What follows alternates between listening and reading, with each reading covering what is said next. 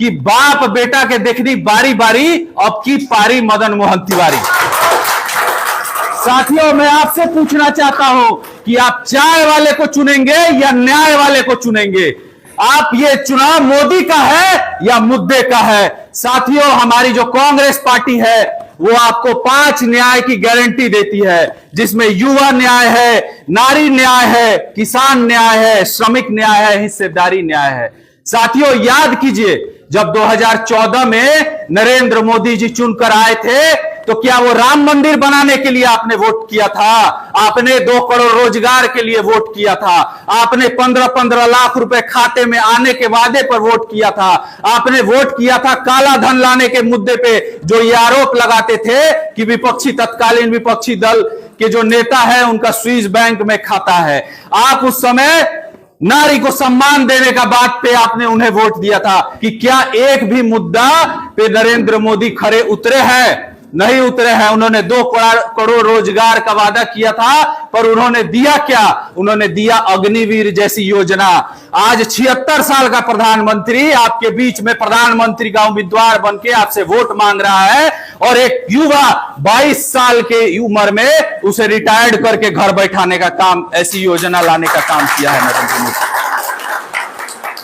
साथियों, अगर आप हमारी सरकार को, हमारे इंडिया गठबंधन के प्रत्याशी को चुनकर हमारे राहुल गांधी के हाथों को मजबूत करेंगे, तो मैं आपको यह वादा करता हूं कि हमारी सरकार आने के बाद, ग्रेजुएट होने के बाद, हर एक युवा को 1 साल तक की उसे किसी भी सरकारी संस्था में ट्रेनिंग के पीरियड में 1 लाख रुपए तक का पहले साल उसे आर्थिक सहयोग किया जाएगा, जिसके वजह से उसमें जो प्रोफेशनल स्किल्स होता है वो डेवलप होगा।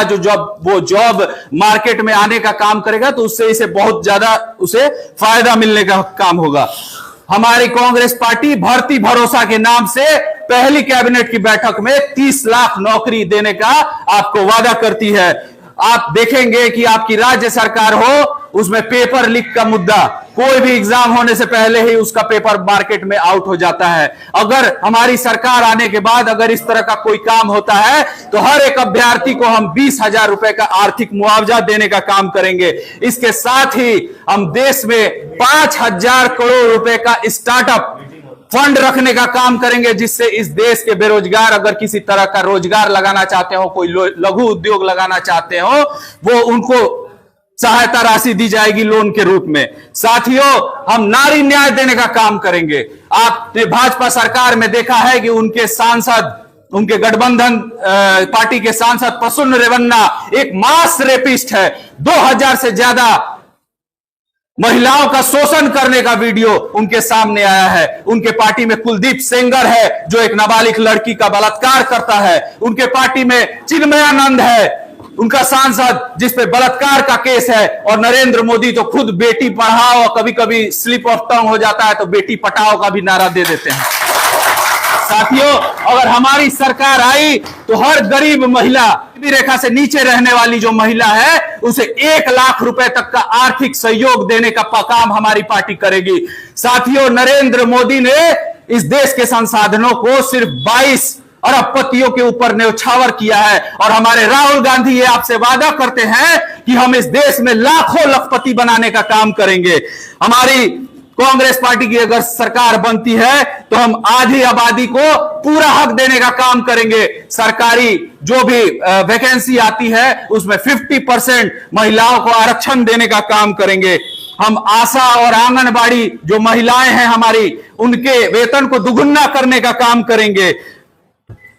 इसके साथ ही किसानों की बात मैं करना चाहूंगा। इस देश के जो नरेंद्र मोदी जो तानाशाह प्रधानमंत्री हैं, उन्होंने जब चुनावी भाषण किया तो उन्होंने वादा किया था कि मैं इस देश के किसानों की आय को दुगुना कर दूंगा, पर हुआ इसका ठीक उल्टा। 7 महीने तक दिल्ली के बॉर्डर पर हमारे 700 किसानों ने, पंजाब के 700 किसानों ने अपनी जानों की आहुति दे दी, अपने प्राणों की आहुति दे दी। पर